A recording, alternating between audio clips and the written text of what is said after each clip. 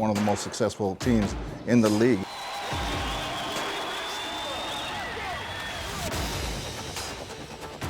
LA has won championships back-to-back for the LFL 3 times in a row, and no other team has done that. The more you keep winning, the harder it is to win. Last time LA won a championship was back in 2012. Every team has dysfunction. Los Angeles wasn't prepared to get to the championships over the years. Really due to injuries and coaching staff. We haven't had a consistent coaching staff throughout the year since 2011 to now. I need some fucking help. Where are my coaches?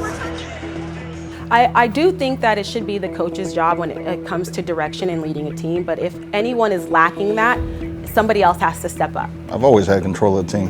Hey, was she in? Guys, was she in? Hey, was she in? So it seems like the elephant in the room is whether or not our coaches have leadership or not. I think they're wrong. They have misinformation from somebody. We have a plethora of coaches. If I went down the line one by one, I could tell you their strengths and I can tell you their weaknesses. You know, they've been struggling a lot with coaching changes and player changes, so I believe that's probably 2 of the factors of why they didn't get to the championship those last few years.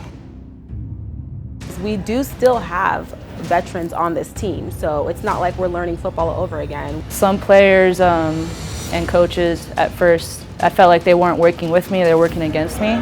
Why would you call that? We've got a lot of high-profile athletes on this team, so when their egos get together, it meshes pretty hard. I mean, I don't want to sound sexist, but I don't know if some male coaches would really understand where women are coming from sometimes with their problems with each other. That I've heard, Agam, you're a bitch, and you're mean, you're unapproachable. Sometimes we don't know if you're this, that, and the third. I don't start on-field fights. Whatever. I don't think that's really productive. If I had to say anyone was the center of drama, it would be our quarterback. When things happen around me, people like to expose them a lot. She started a lot over the years. I know the word on the street is that I have allegedly punched Kiara in the face. Jesus, how rude. The fights on the field are stupid.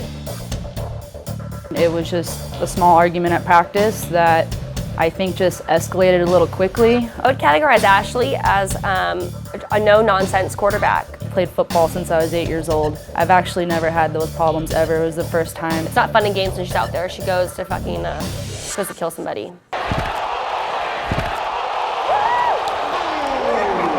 I wasn't used to a team with a bunch of alpha females who have a bunch of emotions.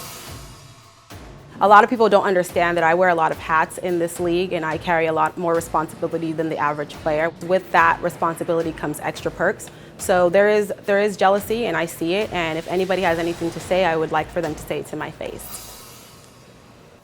No comment, I'm not talking about my teammates. As a leader, I'm not going to straddle the fence, I'm gonna pick a side. And you ask me a question, I'm gonna give you the answer. We all take turns wearing the hat of drama. You shut the fuck up, bitch! We play hard, and if that means that we're dirty and we're too rough for you, then that sucks for you.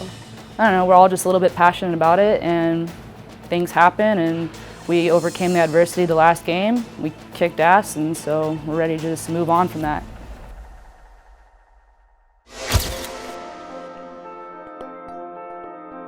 They just have to find a way to come together as a team. There's not a team out there that doesn't have dysfunction, it's how you handle it. I know we have our issues. We're all so LA and so Orange County. I wasn't used to that. I grew up playing football with the boys, so. Men don't want to see women play on the same field that they play on. I don't think men like seeing women in a position of power and aggression. What we're doing is going to grow it and make it more acceptable for women to be just as aggressive and hard-hitting as men are. That's going to grow women's football right there.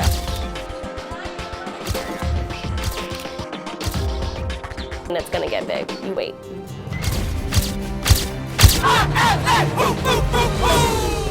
We're teammates. We need to come together. We all have a common goal, so it doesn't matter if you don't like somebody. You need to respect them, and you need to have their back on the football field. Number one rule, you always have your teammates back. At the end of the day, I still love all of them because I've been around for such a long time that it's going to be a love-hate relationship, but we all want the same commonality, which is to win. And in order to win, you're going to have to love and hate the person you're going to war with because nothing is going to be an easy road.